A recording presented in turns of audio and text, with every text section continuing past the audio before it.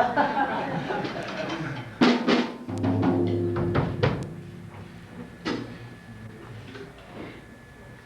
I even got some notes. On the plane home for my dear mother's 80th birthday this weekend, I wrote out a few things, so this isn't just going to be off the back of my head like it usually is, so bear with me.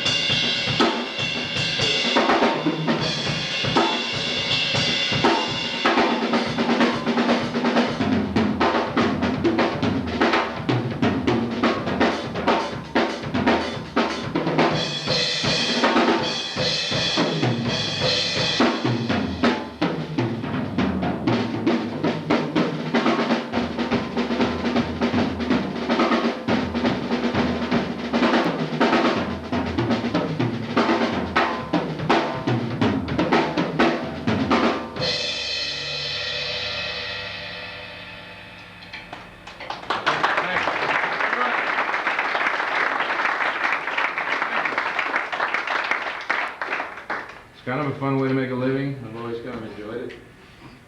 And I'm glad you came. I'd like to thank Al, Kevin, everybody here. His beautiful new DW drums. Beautiful. I have this same type of drum, but mine are blonde maple. No good compared to these, so I'm going to try to have them retro dyed. This same color is fabulous. Zildjian cymbals. Like I've been telling you, I played Bassists for 11 years, and then I needed gloves, and Zildjian makes good gloves, so off we went.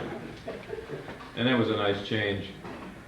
The biggest difference, Bassists are all exactly consistent, and there isn't two Zildjians that sound the same, so I had to get used to that. I'll be glad to take any questions. I'll be playing from time to time just to keep you interested, and I want to go over, there's some basic techniques, there's some things I do to entertain myself. I'm in a band now with 2 guitar players, so believe me, I need to find ways to entertain myself. Well, the second one starts the solo. Any guitar players in here besides Dr. Dan? Good, we'll have a good night tonight, we'll have some fun. How many drummers here? Yeah, not bad. How many mothers having their 80th birthday? Oh, you got in front, okay.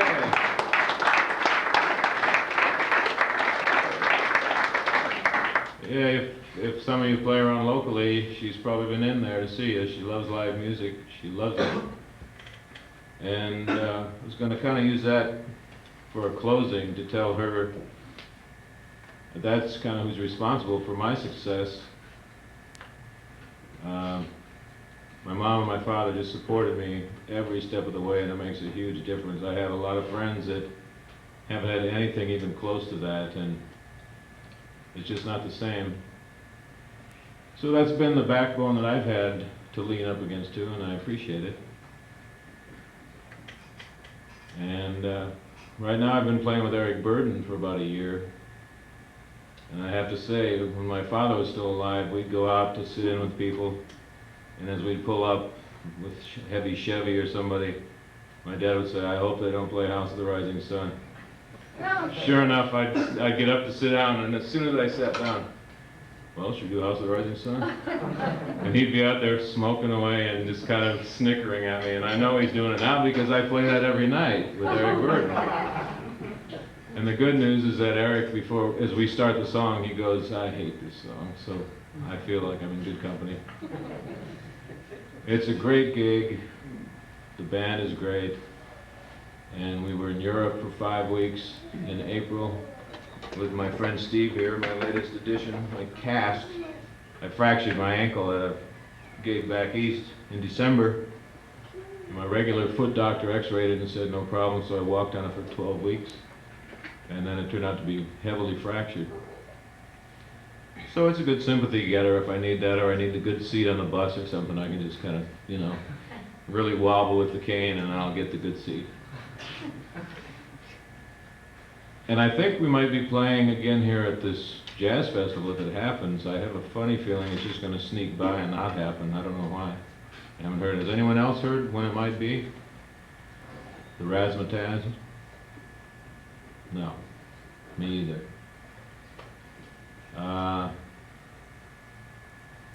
First of all, any questions before I try to play a little more? Can't really see too good. Is there any light in here? Al, a little bit of a light? That ruin the atmosphere.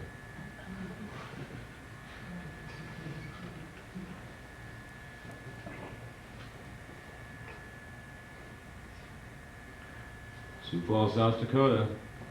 How many times have they said, "Where?"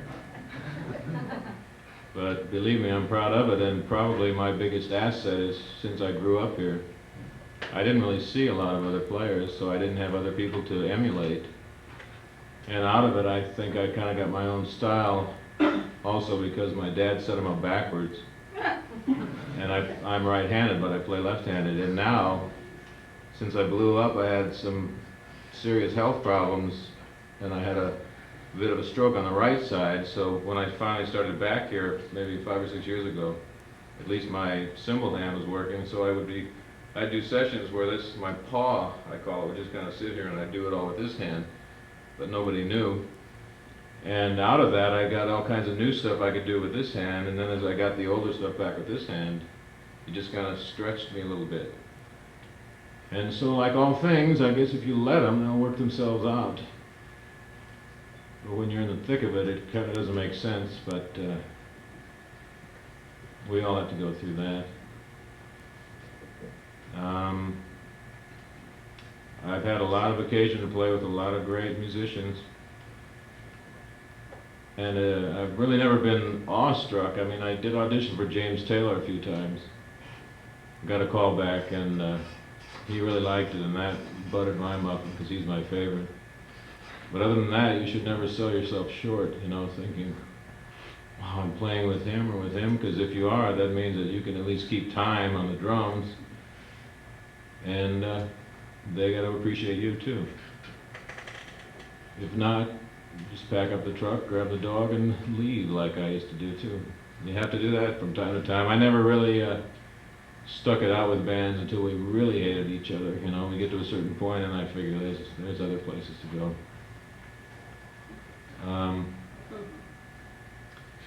What did I want to demonstrate? I wanted to show maybe some fun ways to play some shuffles. If I remember right, seemed to be a popular groove back here, so if you don't want to just play a straight old shuffle, instead of just you can cross over like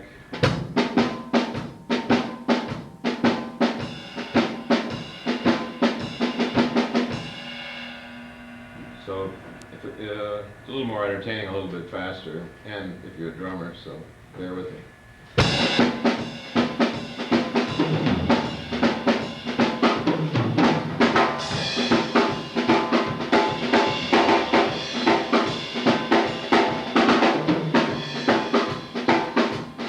Or even just on the snare.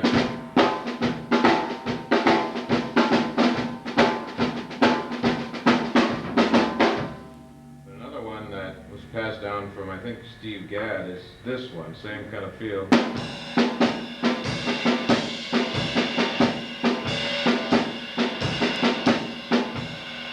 So, tons of shuffles.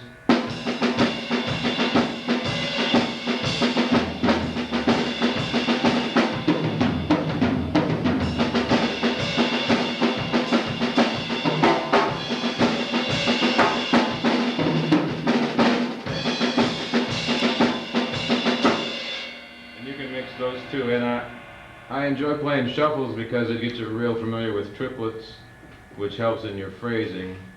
If you're playing a straight beat and you go into triplets, you go to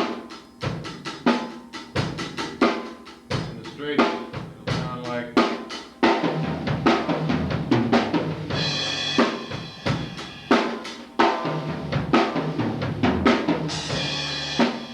straight 16ths. 16 triplets, which would be 3, 4, 5.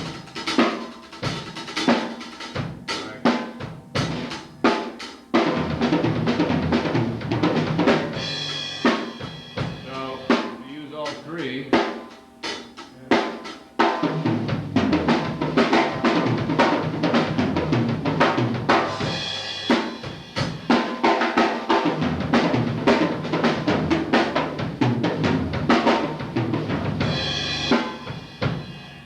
kind of gives some personality to your fills, rather than something I'm becoming kind of notorious for worldwide, and that's my bad garage drummer, which is like, actually we did a benefit for a friend of ours who had a nasty accident, and it was Greg Bissonette, Myron Grumbacher, Vinnie Caliuta, Terry Bozio, Tony Williams, Kenny Aronoff, Russ McKinnon, Jonathan Moffett, 3 drum kits. It was our Woodland Hills Drum Club party. At the end, it ended up with me on one kit and Vinnie Caliuta on the other. So I thought I'd challenge him to the garage drummer. So a lull in whatever song we were playing.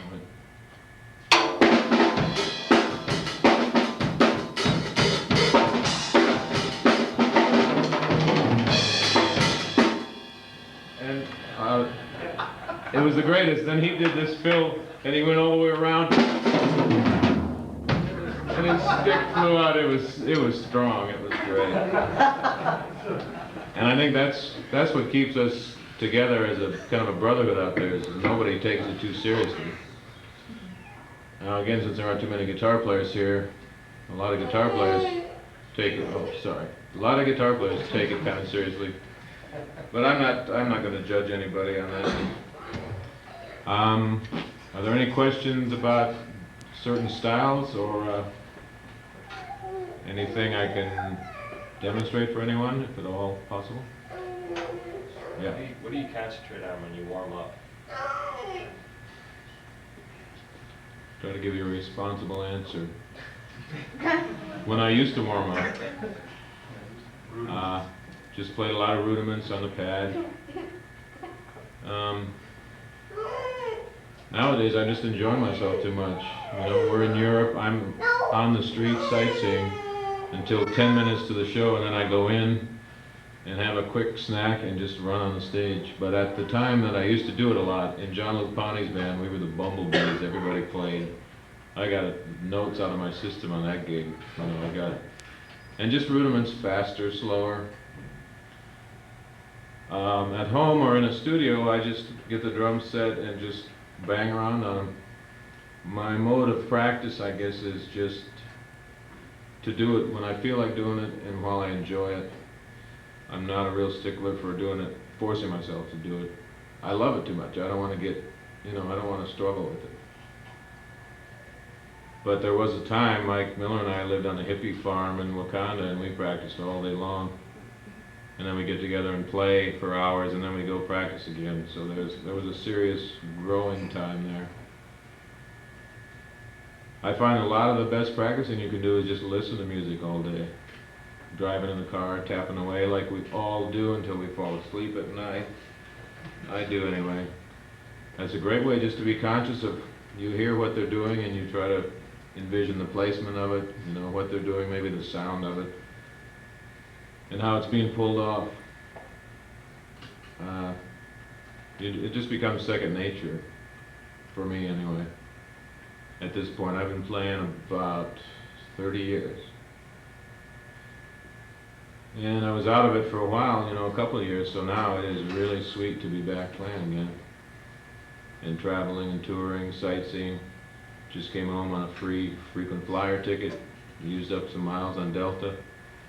So there's a lot of perks to it.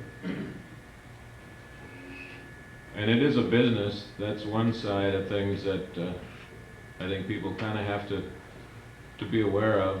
But you don't want to shoot yourself in the foot. You don't want to be too discouraging to yourself about it, paying dues, things like that. You don't really have to do that if you can allow good things in your life, like my mother taught me.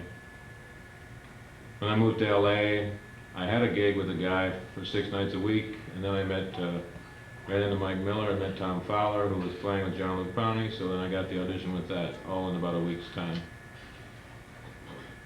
So it's a matter of what you expect, really.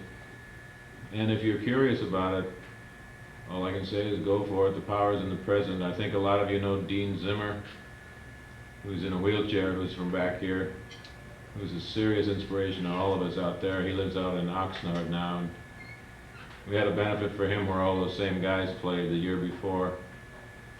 Greg Bissonette gave him a drum kit. We just took him over to Zildjian and kind of got an endorsement going with him, and he's so inspiring to all of us. And he's playing great. He's in some kind of rock band. And he went for it, you know. He moved out there, not really knowing anybody, in his van, and he just goes for it. So he's an inspiration. Another local here, I don't know, probably some of you know this, I'm sure, Colleen Krangle. I went to high school with her. She was a year older than us. She married Tony Williams. If you're familiar with Tony Williams, who probably is my favorite as far as taking chances, playing on a limb, and she's loving it. And he's got a new band, and he's playing DW drums. I don't know if you have a poster of him or not. He's the king. Vinny, Terry, everybody thinks he's the king. And he's probably practicing right now. All those maniacs. Steve Smith, if you really listen, you can hear him out in Marin County. He's practicing right now too. So I don't mean to make light of practice. A lot of those guys really go at it. I guess I'm just, like I said, I'm just enjoying getting around and doing all the other things in life. Any other questions? I can deal with it.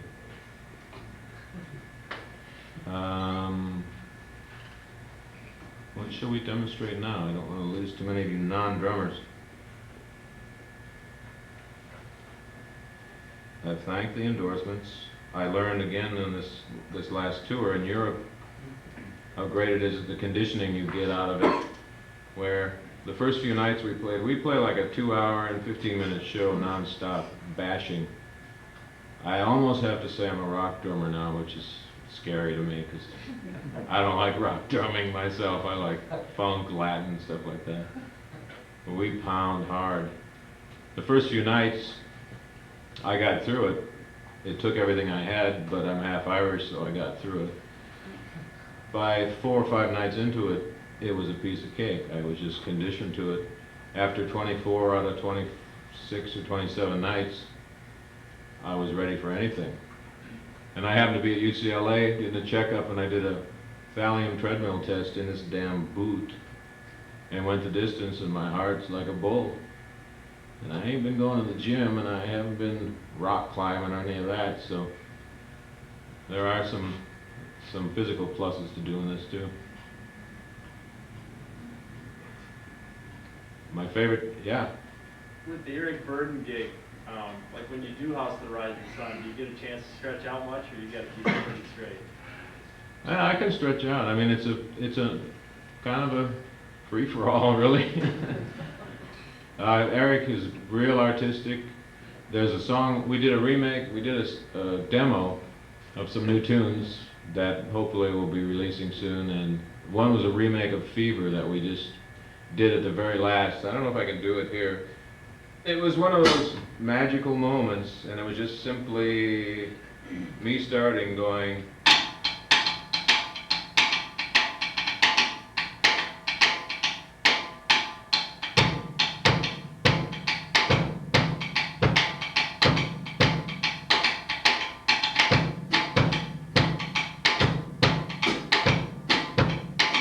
and then I got into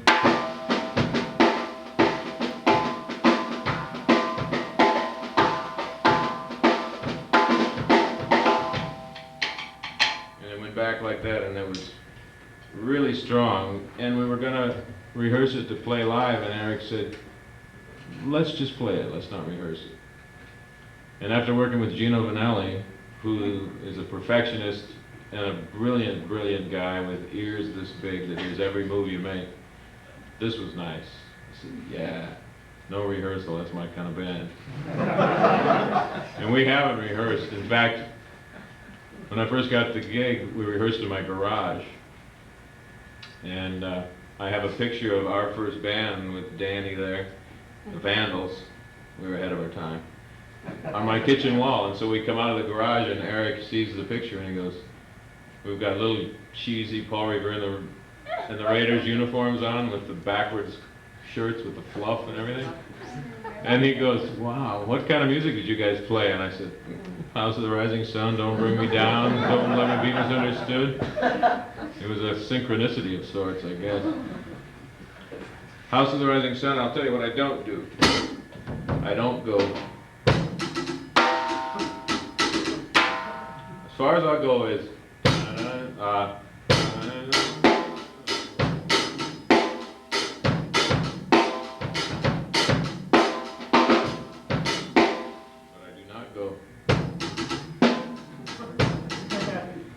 I've been playing for 30 years, but I'm too young to do that. Thank you. But yeah, it's wide open. I get to do whatever I want. So it has a lot of good variables in it. For me to take a gig, it needs it's either got to be good money, good scenery, good pay, or good people. So let's see, where do the two guitars come in on that one? It's good pay, it's great people, great scenery. And the material is going to evolve, I think, into I think it'll be hopefully more funk-oriented, although we're kind of leaning towards all that bluesy stuff. That's why I got to resort to some kind of entertaining shuffle type things. But it's pretty wide open. At this point in my life, after doing a lot of pretty constricted, under the microscope kind of playing, it's nice just to be out, traveling. We get up, we sit down, we don't warm up, and we blast. It's fun. Yeah, Bob? So demonstrate, you said you play hard, on that gig? Yeah? Demonstrate that. Oh, Like God. what is hard, compared to what you were doing earlier? Well, it's on the wrist, Yeah. like they say. Snap. Snap it. Turn your good ear away, Mom. Well, let's see. What's an average tune here? That would be, Do like down in Monterey. we do You Got Me Floating at the end, and that one rocks, okay? So we do the big intro, which is double time, which I kind of despise. It's like, I just try to play with the bass drum a little.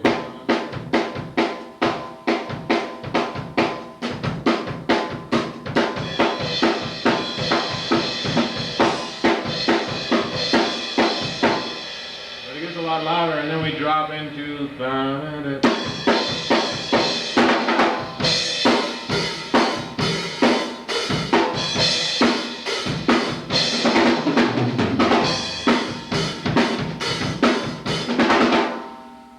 Loud. Yeah. All right. You almost need two guitars in that.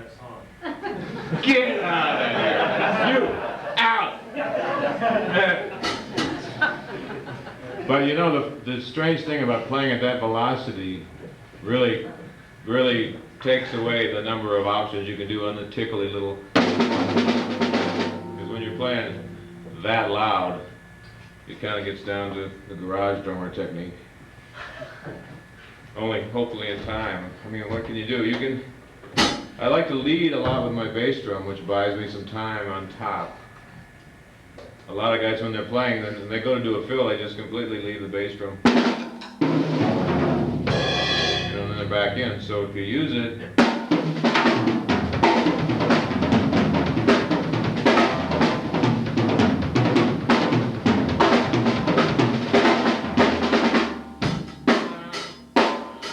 won't play that loud, but that's one thing I do to buy me some time if I need to get around.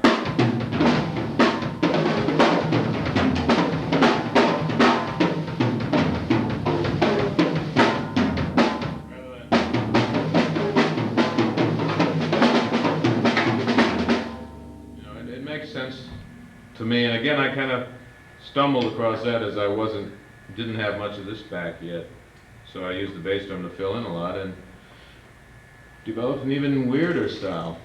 Thank you very much. Any other questions? When you were doing sitting in with the jazz thing down here at Maxwell, remember they were trading boards with you? And you started turning everything around. Oh yeah. And really torturing them. Yeah. It was excellent for one thing, you know, but it's like demonstrate. In the club, we affectionately call that derailing the rest of the band. Yeah. Okay. Just demonstrate like going from a straight ahead thing, you know, how you do that. Okay. Turn around. So let's say that the glasses are clinking and the ashtrays and there's linen on it and we're all going.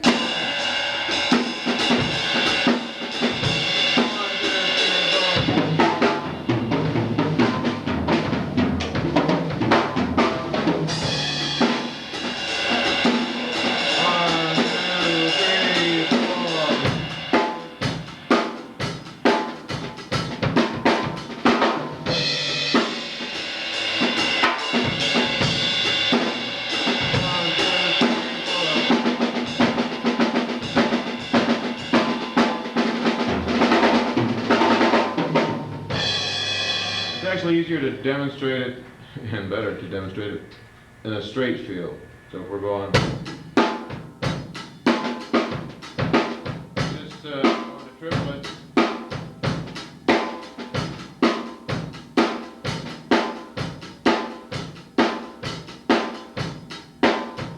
So don't tap your foot here. 1, 2, 3, 4.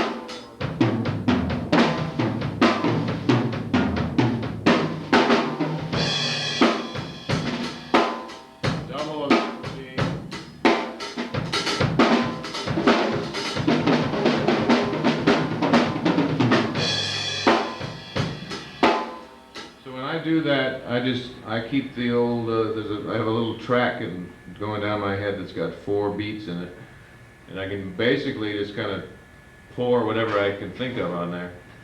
But it's all semi-mathematical, and it's a matter of note value, and it's a matter of placement.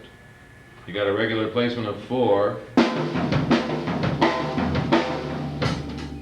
no big deal, but when you do it in triplets, which are in 3s, it really turns it a little bit around.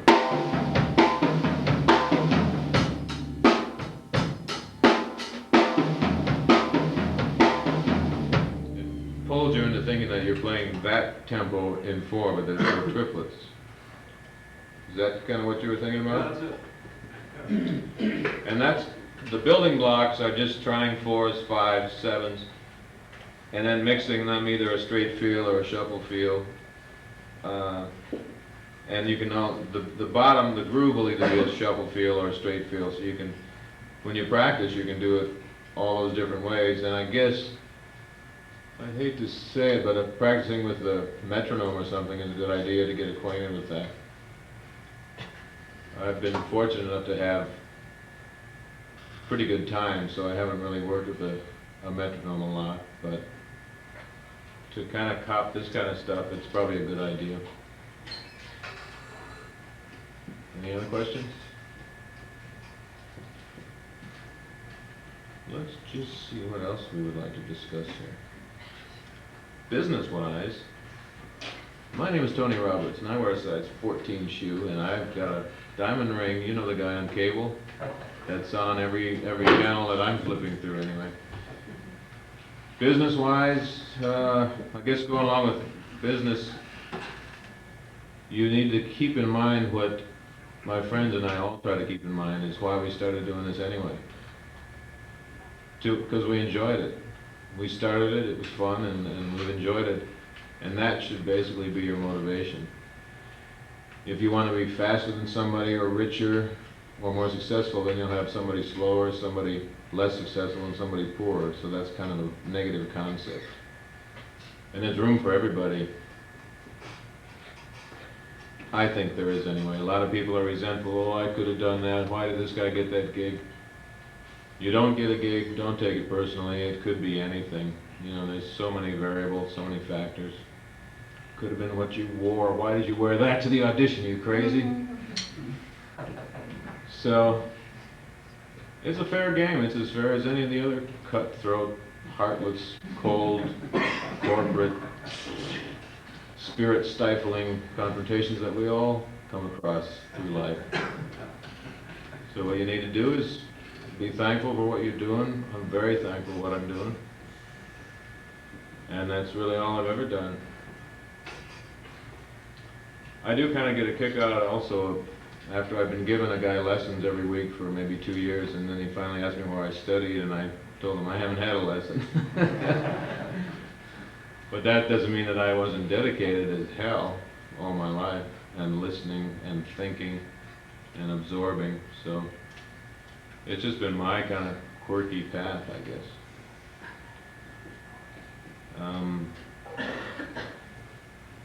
You people that are drummers, are you playing in town? Are you working? Well, I know Dave Hofstad is. He's got his own group. He's not only playing, he's singing. Sounds like Archie Devlin and Drill. That's kind of important too. You don't want to be one of those rehearsing type bands that we all know of. You know, we're just not ready. We've got to rehearse these same 5 tunes for about 100 more times and then play that gig in Del Rapids, maybe. You need to step up to the mic, gang. That's what it takes. Nice drums, huh, Dave? Let's see what we can get out of them, shall we? Somebody give a tempo to me. Anybody? Oh, not that. I mean, just tap something.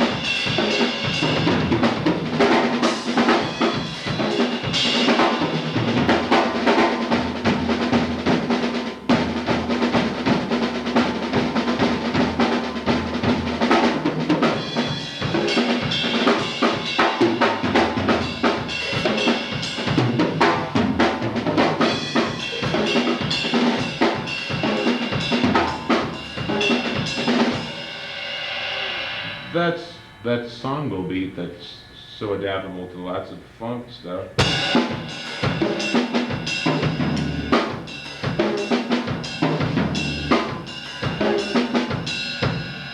You all know that one, basically. I handed that one out 5 years ago. Some Dick Bartling said he still got the handout. But what you can do to really jazz that one up, just these quarter notes, and then start doing 30-second notes.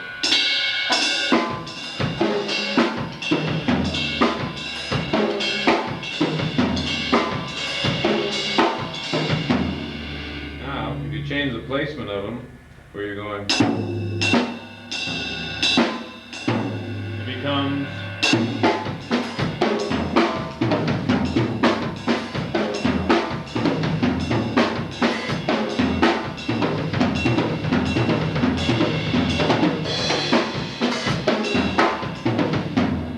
at the right speed. If you can get it in without being too fast, it's pretty damn impressive.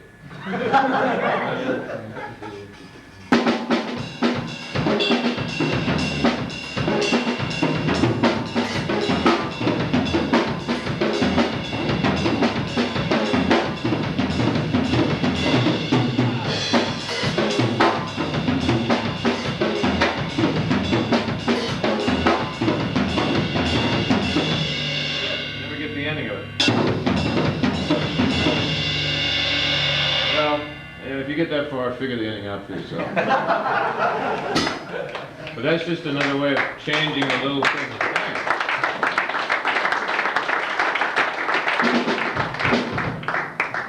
But that's just that little addition from your plain old.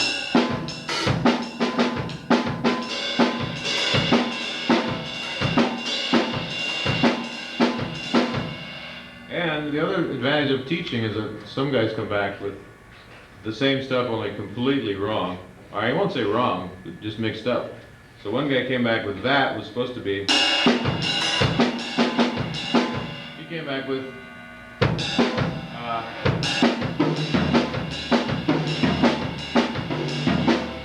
thought, okay, that makes sense. That's like an 8-beat pattern. 1, 2, 3, 4, 5, 6, 7, 8. 1, 2, 3, 4, 5, 6, 7. So if you do that in the samba,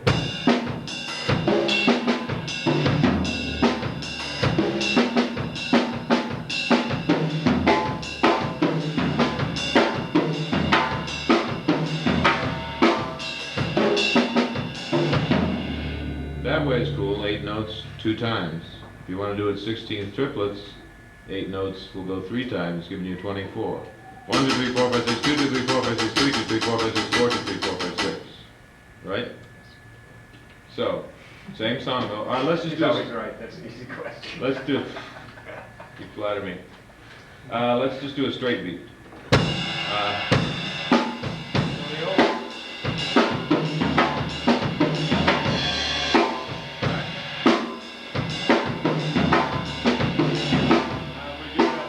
Three times. We're gonna go. That one.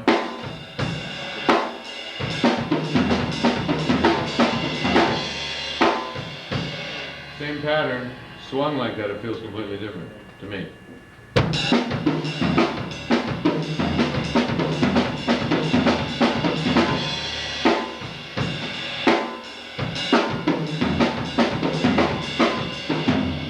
can't quite do them every other one. Next year, 97 we'll be doing it. And did I thank everyone at Sioux Falls Music for bringing me here? I think I did. I got a pretty serious drum department. This is pretty exciting. This is where we go at the Guitar Center and all those other places where you have to drive all the way to Minneapolis to see. And I'm sure they'll give you a good deal. These drums I think are $275, something like that. Talk to Al about it. With cases. Yeah. Newer cymbal than these. Any other questions? How about some samba playing? What's your philosophy on The whole game there for me is, it's all foot and hi-hats forever, which I'm not that great at nowadays with Steve here. Everything else, just let it float, and a lot of accents together. Again, this is kind of in the same umbrella as I don't do that, and I don't do, you know, you don't have to adhere to that. Same as jazz, you don't have to go. You just don't have to. You can just play the pulse. So in a samba, a lot of two-handed accents work for me.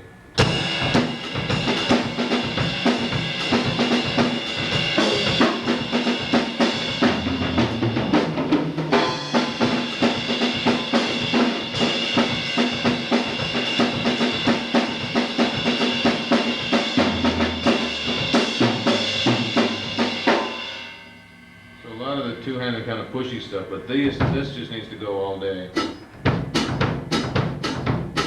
Whatever the tempo, the faster the better. If you're playing the Brazilian stuff, you need a lot of coffee and play on the edge of the beat, and you're still dragging. I've played with those kind of bands. And, come on, man, what's wrong with you? Come on. IV of ginseng, and I'm still going, come on.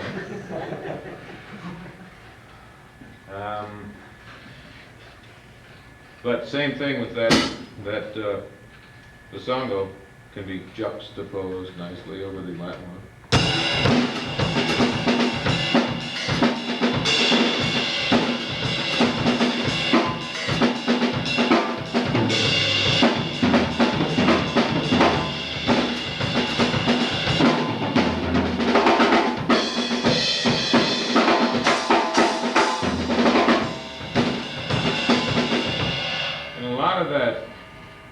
Brazilian kind of samba stuff, to me, Alex Acuna is the master of that. All those other guys are really great, and every time I see him with those great other guys, he always leaves them in the dust. And I always like to see dust at certain occasions like that, you know. Or even when, no, I don't need to get into that. But that's a cool way to play them, like they play timbales. You're familiar with just black, black, black. Play it while you're doing the foot.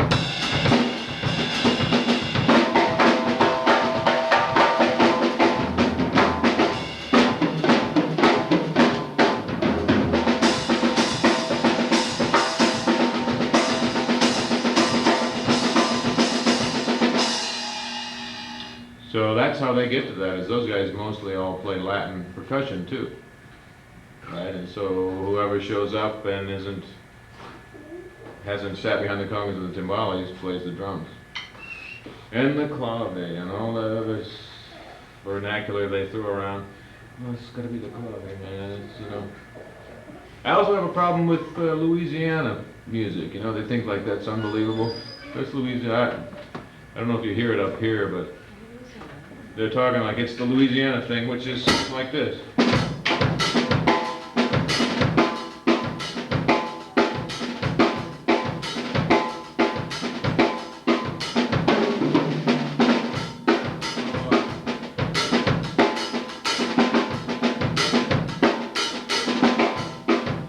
That's basically the feel that the lamp don't like both diddly. Now, is it that hard to understand that? That kind of stuff? They think if you're not from Louisiana, you'll never get it. And to me, you look it up in the dictionary and it says, Louisiana music, just put this backbeat wherever the hell you want to put it and you're in. Just repeat it. And that's my humble opinion of Louisiana music.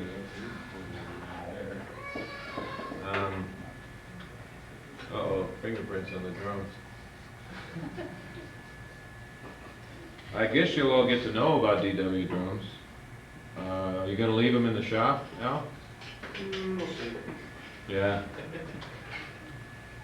Pretty strong company. I was with Gretsch for 8 years, and then when they didn't seem to know where a post office was, I went to DW, who's right near me, about a half an hour from my house. They've got such integrity, they have such pride, it's just the greatest product on earth, and that isn't just because they give me free drums, it's because it's true. They're really, really great drums. And great people. Questions? Yes, sir. What's your philosophy on putting the beat, you know, playing ahead of the beat or behind it? Do you find that it's more with the style you're playing or with who you're playing? Yeah. Or both? A lot of times it's been, who's paying me? If it's a guitar player that's rushing like crazy, okay, I'll meet him halfway. I mean, I won't sacrifice my time. That's really unhealthy for y'all to do, no matter what. If a bass player's going, come on, man, keep up. If you know it's here, you gotta stay here. If he's gonna play with you, if the bass player's gonna play with me, great, we're together forever. If he's not gonna play with me, I'll see you later, because I'm going here, and I'll meet him at the end of the song, if that's the way it's gonna be. As far as behind the beat or in front of the beat, it's a good question. A lot of it has to do with style of music. A lot of it has to do with kind of the intensity you can get off a crowd. When doing these Eric Burdon shows, I heard a live tape and I thought, wow, we were off to the races on these things. And some of them, like Monterey, you know, I have to play as fast as I can. And that's just kind of the glass ceiling for me with Monterey is bang. I just think. That's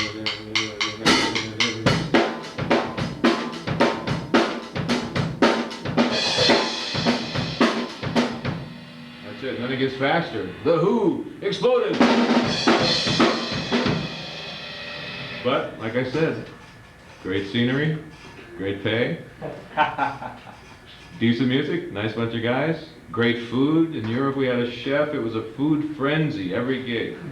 I'm the only one that came to my senses 2 weeks into it. The other guys, at the end of it, I think I've gained 3 pounds. I'm going 30 pounds, pal.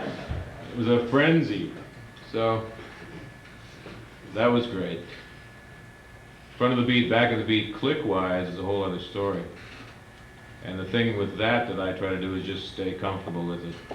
You know, it's not like I'm trying to hide from it. Here comes another one, bong, there's another one. The ideal place for me is when I don't even notice the click, you know.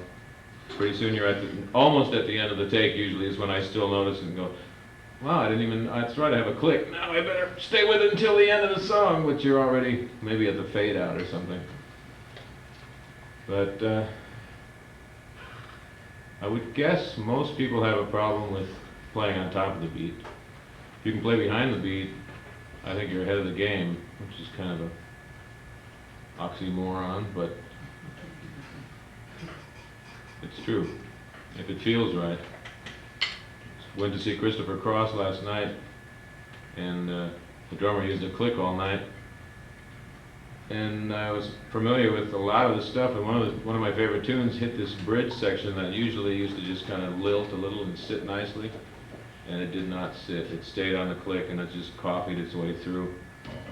So I guess that's the trade-off you get when I think they were sequencing a lot of stuff. Percussion and vocals and all kinds of digits in the technology. It's fascinating. How do they do it? They can take any of us and put us up there and we'll sound great. Isn't that fabulous? We won't even have to do anything. Pretty soon. Won't that be great? We'll have brains like this and great big old fingertips. And Mom, would you give me the remote for this, please? But there's even a new device that will keep all the background vocals and the lead vocals in tune. It just adheres to A440 like the tuners that everybody uses, and so you can sing anything you want to. So let's stay pure. Let's get out there and stay pure. Keep the damn beat. Any other questions? Do you have any favorite bassists you like to work with? Jimmy Haslip from the Yellow Jackets. I first hooked up with him with Tommy Bolin, and then we did a lot of Gino tracks that never came out. But somehow he has a sixth sense. He plays upside down too. Maybe that's something to do with it. He'll sit in the studio and just watch me, and he knows what I'm going to do, no matter what I do, and he's right there. It's uncanny. I love Tom Fowler with John Luke Ponty. I love Dave Pegg with Jethro Tull. Bit of a drinking problem. I guess Doan, the drummer with him now, one of my best friends and neighbors, said that they made him not drink one night, and he could barely play the show. It was horrible. So they said, okay, here you go, back to it. But he's got a whole other feel. I mean, I've had to play with a lot of different guys, and this guy he's English, you know, and he plays zither and the bouzouki and all that other strange acoustic instruments, but he's just got a feel. He plays mostly with a pick. John Patitucci's great. Glenn Hughes, one of the most talented guys I've ever worked with. Probably one of my very favorite bass players too. We did his demo years ago. I think Mike Miller played on that too. And Glenn was, a little incapacitated the night we did it, so he couldn't quite do it. He came in the next night, strapped his bass on, bang, the first track, bang, the second track, bang, all the way through. Just very innately talented. I love his playing, his style. Another English guy, Matt Bissonette, Greg's brother, is as good as anybody. He really is. He is fantastic. And he plays upright. The bass player is the key. The guy in the Eric Burdon band is named Dave Maros. He's good. He's just real solid. He's been doing the gig longer than I have, so he's not too thrilled with the material or his life in general. But he's real good.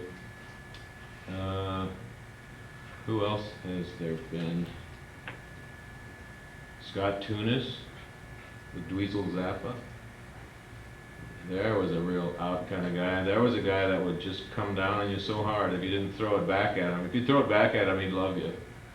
So that's what I did, so we got on great. But other guys, the Dweezil record I did with them, I did 4 tracks, and Terry's on some, and a bunch of other guys. But some of the guys really cursed Scott Tunis. But he's a real weird guy. He's a Zappa guy, you know. So that was fun.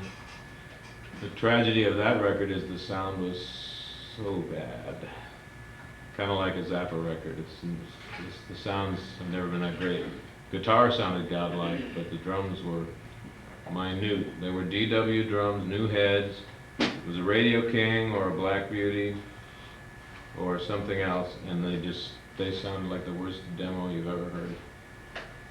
So I begged them to remix, and they did a little bit, so it became a little better, but it's still a pretty rough mix. Put it this way, I don't play it around the house a lot with that one. Anything else? What do you think about using double pedals? Do you use them much or not? My last frontier of rehabilitation. This leg just isn't quite ready for him yet. I love it, yeah. I love to have it as like a turbo on a car engine. A lot of guys are flying with it. I know there's a lot of real rockin' guys out there that I haven't really heard, but I've heard really good things about them. DW has a nice one. They have a new heel plate that you guys are going to have to start stocking with ball bearings in each side of it. And it's real beefy and it's really smooth. So yeah, the pedals are nice. That's mostly what Greg uses. Unless it's like a bigger tour, but around town he's always using a double pedal. It works. And we do stock them here, don't we? I have an Axis double pedal, which is a little bit like Skylab. It's an amazing feat. I have one. They're making hi-hats now too that I got out of aluminum. This guy designed them all himself. They're pretty smooth. Pretty expensive. I'd stick with the DW stuff. Unless your father or mother is president of Citibank, then you might want to go with the Axis pedal. Anything else? What would love to do for you, for equipment or? Yeah, I guess. Like I said, I had a stroke with this hand, so I lost a lot of pinch here, a lot of atrophy. And so I hold a lot like in here and not so much here.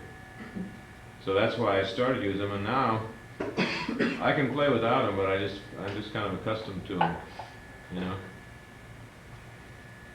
But it takes forever to break them in there. When you first get them, it's like that, you know. It takes forever. But Zildjian makes good gloves and good t-shirts. Feisty's great, Sabian's great. Some of my favorite rides I've used have been Sabians. Meinl, I don't know, companies are coming up, it's good. It's good to diversify. If AT&T has to do it, cymbals can. But Zildjian's got most of the market, I'm afraid. Any other requests? How's the Rising Sun? I'd like. Tips on tuning?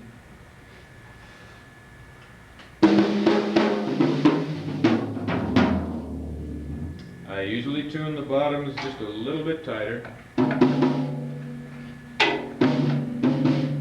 Or the same.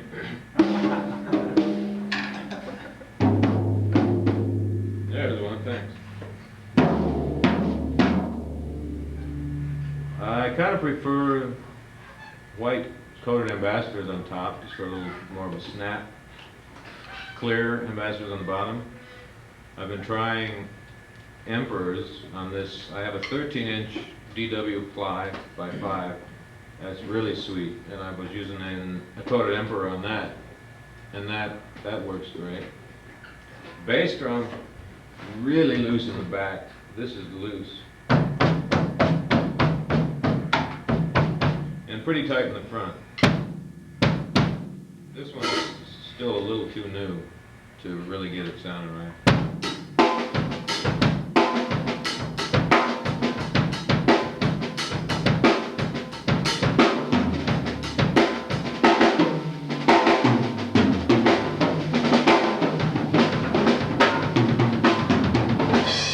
What was that?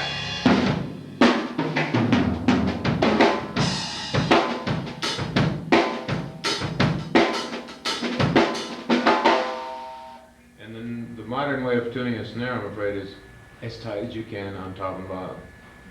And that's about it. On this I even loosen a little, because Al's younger than I am. Bottom's probably a little looser, no?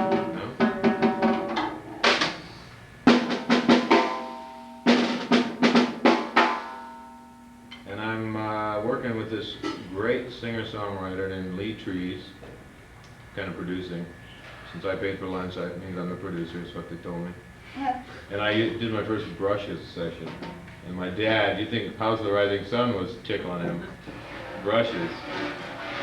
But I just faked it. I don't know how to play brushes, and I was doing some cheese casual in my tuxedo. And I had brushes along, I thought, okay, I'll try it.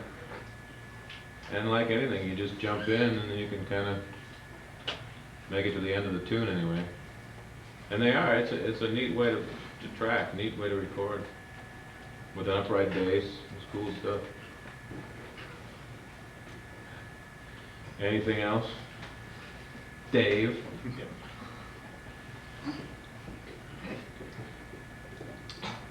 Business, don't take it personally. Things are always changing. I wrote this on the airplane on the way home. The live music scene dying out there like it is here? No. No, it's pretty thriving. Especially summertime, everybody's going on tour. There's a lot of clubs. It's a pretty good thing. In fact, Mike Miller plays about every other week with his brother Terry, and I have yet to go down and see them. A couple of bands. My favorite band, I think, is Cecilia Noel and the Wild Clams. That's Tristan Bowden and his wife. She's this wild Peruvian singer, 5-piece horn section, and it's metal Latin music. It is strong. It is really, really good. 2 percussionists, drummer, bass, guitar, keyboards, 5 horns, 2 or 3 backup chick singers. It's really great stuff. And Greg had a band, Bissonette, with his brother, and Greg didn't want to really commit with it, so he went back to doing a lot of clinics, and they got another guy, but they have a band called the Mustard Seeds, and they're real good too.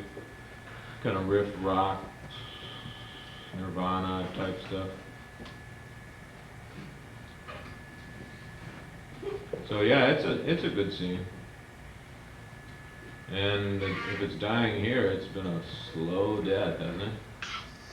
In the last few years, there's only 3 clubs left to play. Yeah. Yeah, that's a problem.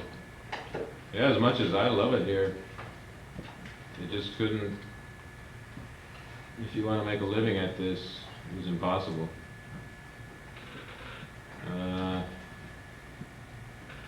I don't really know what to suggest. When I first left, I went to a number of different cities, Nashville a couple times, Kansas City, Boulder, and ended up in Los Angeles. I just kind of followed my radiator. I didn't really have a plan. And I got out there about when I was 22 or 23. But good things can happen to you. That's all I can tell you. I can guarantee that if you can stay out of your own way and let it happen. And if you're into it, you know, try not to find as many reasons not to go after it. Try to find a few reasons why you should go after it. We should ask Bob Goodman, is he still out there? He's living out there now. I think he's working kind of regularly. He's a little more entrenched in the club thing. I guess he fell asleep.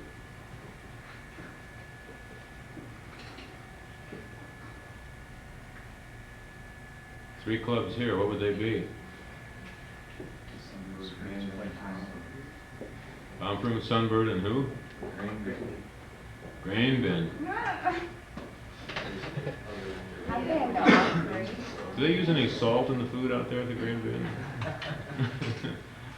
Yeah, I was out there once, I think. You need to bring back, shut down the post office and bring back the fireside. That's where we used to play.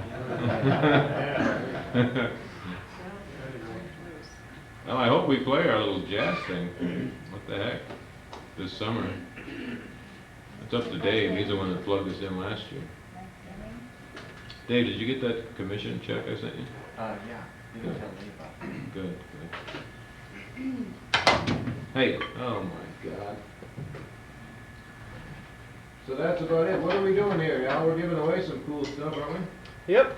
We're giving away some Zildjian Byron Grombacher sticks, personal friend of mine, neighbor, babysit his kids, great guy.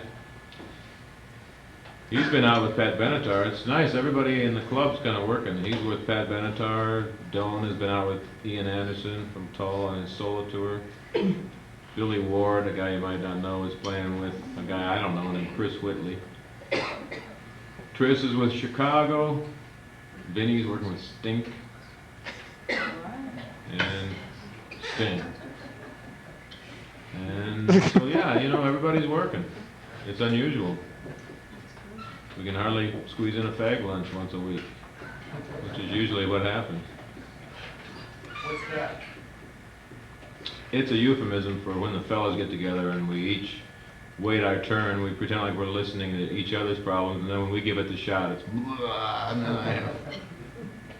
no, it's a great bunch. We just get together and have food and just check up on everybody. Who other than James Taylor, if you had to, Had to what? if you had your choice of a gig that you really wanted, other than James Taylor, who would you Wow, there's a really big dream gap. of playing with? Big gap between James Taylor and anybody else that I want to play with, but let's see. I wouldn't mind playing with Tower Power again. They've got a good guy now named Herman Matthews, black dude, really happy player, just a big old smile when he plays. He's from Houston. He's played with Kenny Loggins and Bob James and a bunch of people. I love playing with Tower Power.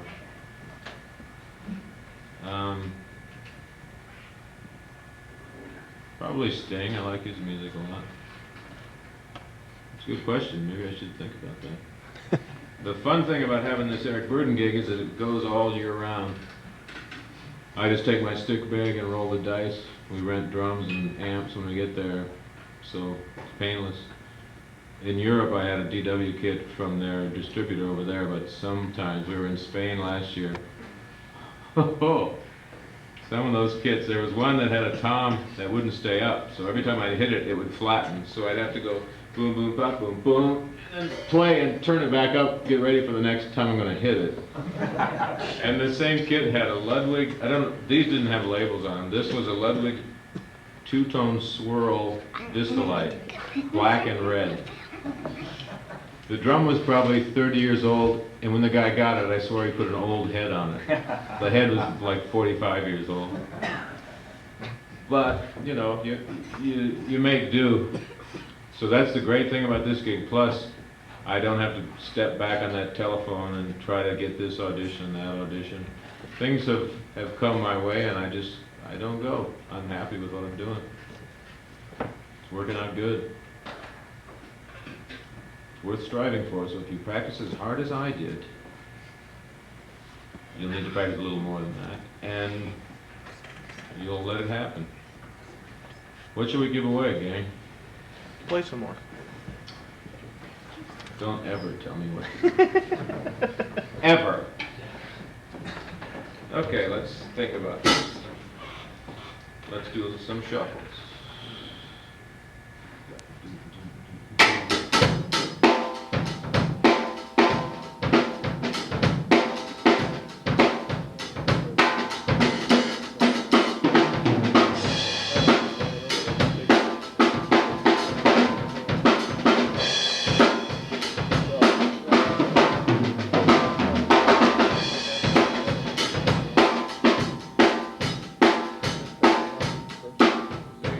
You can play a shuffle and then play straight notes, and that's just as twisted.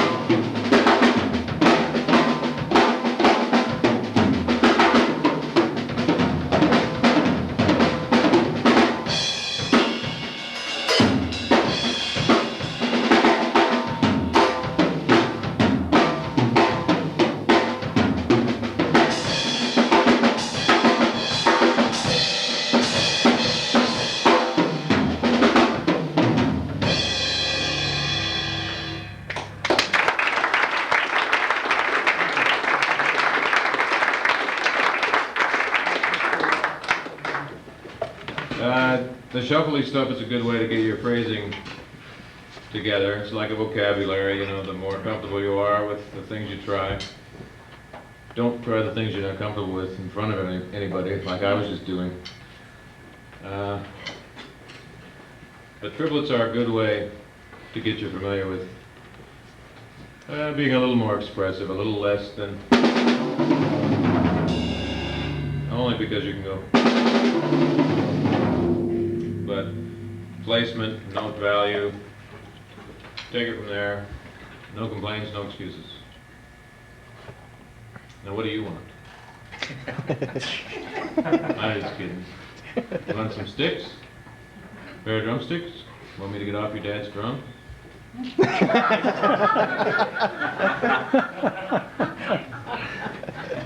won't hit him quite so hard. Any other questions? It's a business, but it's also an art. Try to enjoy it while you're playing the game. That's what I'm trying to do. My rule of thumb as far as taking a gig that pays, that you're not too thrilled about, is Ralph's Market on the corner where I live. Doesn't care how I got the money. So. And I need the food, so I don't care either. Does that make sense? You got to enjoy it. If not, you might as well go work at any of the other places in town and get your gold-plated watch after 50 years and look back. But instead, don't even look ahead, just be diligent about what you're doing, try to focus on what you want to do. Make it happen. Power's in the present. Let's launch some sticks, brother.